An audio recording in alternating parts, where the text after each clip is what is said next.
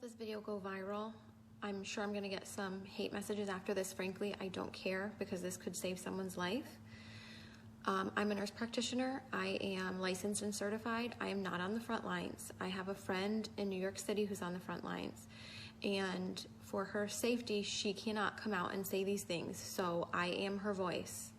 I'm not going to name names of people or hospitals for the safety of those involved. But this is her account, okay? I am her voice here. I'm gonna tell you what she has told me. She wants this to get out. Now, I'm sure this is not the case everywhere.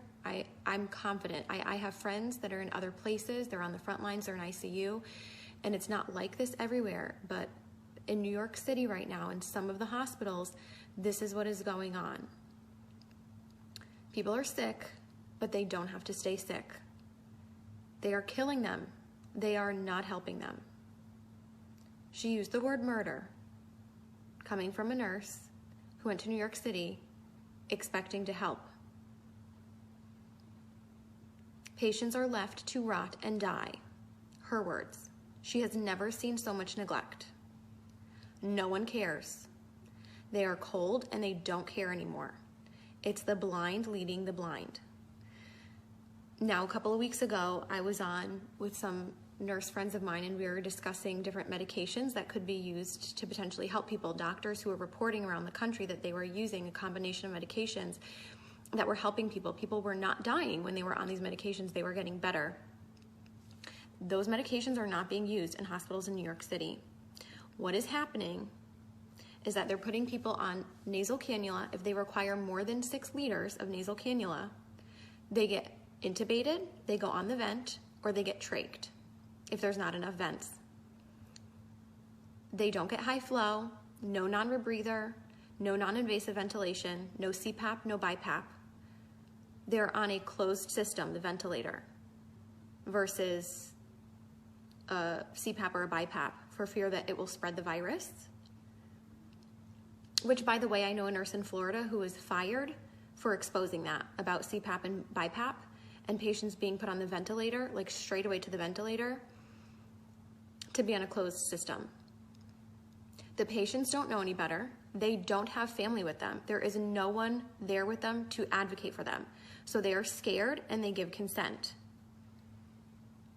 The ventilators have high PEEP, high pressure, which then causes barotrauma. It causes trauma to the lungs. Dr. Siddell, Cameron Kyle Siddell, a few weeks ago, put out a video. He's in New York City, and he put out a video saying something is not right, like we're not treating this correctly. We're doing something wrong. This doesn't make sense. They pulled his video from YouTube and they took him out of ICU because they couldn't have one doctor going against the grain, going against their protocol. The protocol is propofol or some kind of sedation because they're on the ventilator, and IV antibiotics. There's no hydroxychloroquine. They're not using that combination with Zithromax. They're not using zinc, vitamin C, high doses of vitamins A and D. They laugh. This is what she's told me. They laugh at that. She says this is a nightmare. It's out of a horror movie, and I don't want to be a part of this. There are people who are a full code, and yet if they crash, they're not doing compressions because it will spread the virus. Full code, not doing compressions. Family is not there. They have no one to answer to. No one is being held accountable. A code was called and no one came. So sometimes they're not even resuscitating people. Again, left to rot and die. They're not given blood because we know that the blood is not oxygenated in these COVID patients. We know that. There are doctors all around the world sounding the alarms. These are the drugs that work. This is the pathophysiology of the disease. This is what's happening. And for some reason, it's not changing. Even though we know, some of us know what's going on, nothing is changing on the front lines. They stay in the same PPE all shift, except for the top pair of gloves. So 2 pairs of gloves, or I don't know, maybe more than 2, but they're only changing the gloves on the outside. Gown, mask, whatever else stays the same because all patients are COVID patients. So if it's a COVID floor, it's all COVID, but it's not because some of them are rule out COVID. So even if they rule out COVID and they're not COVID, they're going to get COVID because they're using the same PPE all shift and they're carrying that contamination to all of the patients. They're not changing their PPE. They're not going into rooms. So they're running long tubing into the room so that they can manage the tubing from outside of the rooms. So if they're not going into the rooms, that means they're not assessing the patients as frequently as you would be otherwise assessing your patients. They are not doing rapid result tests. You're lucky if you get results in 5 days. Okay, this is coming from my friend who is in New York City right now on assignment, who went there to help, and this is what she's finding. It's a horror movie, she says. Not because of the disease, but because of the way it's being handled. She said, we need help, and people are sitting there waiting in the hotels. Money, I guess, it's being paid for by FEMA, and yet they're still understaffed. And there are hundreds of people, hundreds of nurses in the hotels waiting to be called onto a shift. So there is manpower enough if the goal were to actually save people. But resources are not being utilized properly or to full capacity in a way that maximizes the patient benefit or improves the outcomes. The records and charting are crap.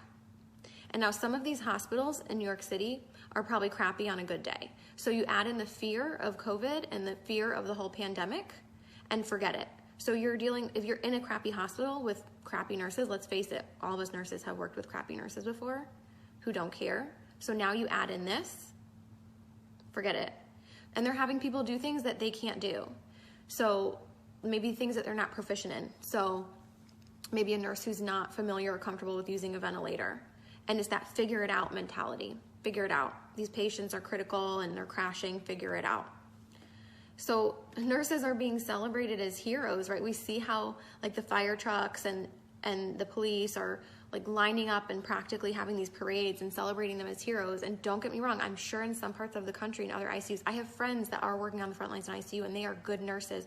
And some of them are heroes, but we have nurses being celebrated as heroes who are killing people. They're not heroes. And they're being brainwashed to think they're doing something great just by going to work because they're brave enough to go to work. Well, what are you doing at work? You're certainly not saving people if you're not even running codes. You're not even going into patient rooms. You're a coward.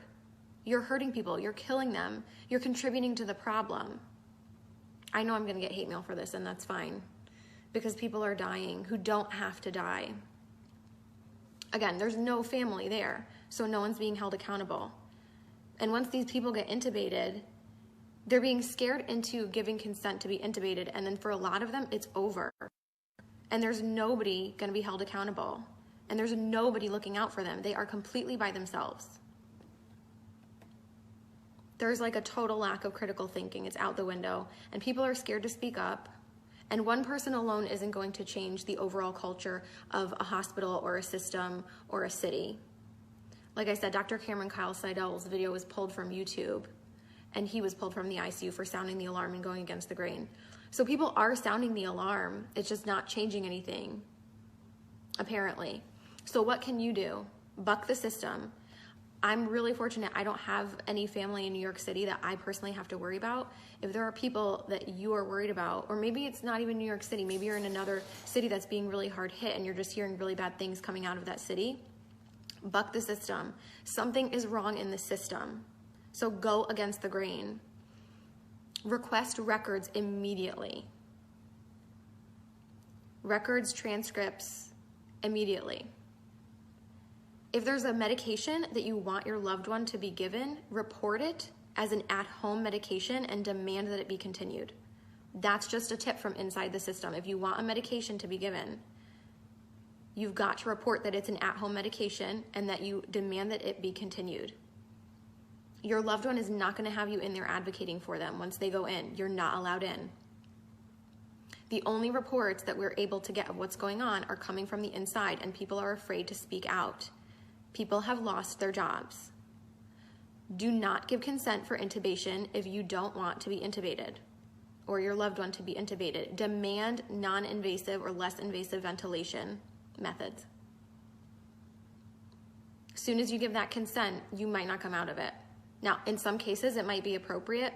We just don't know. We know that it's being used inappropriately in a lot of cases, and that the ventilators are making people worse.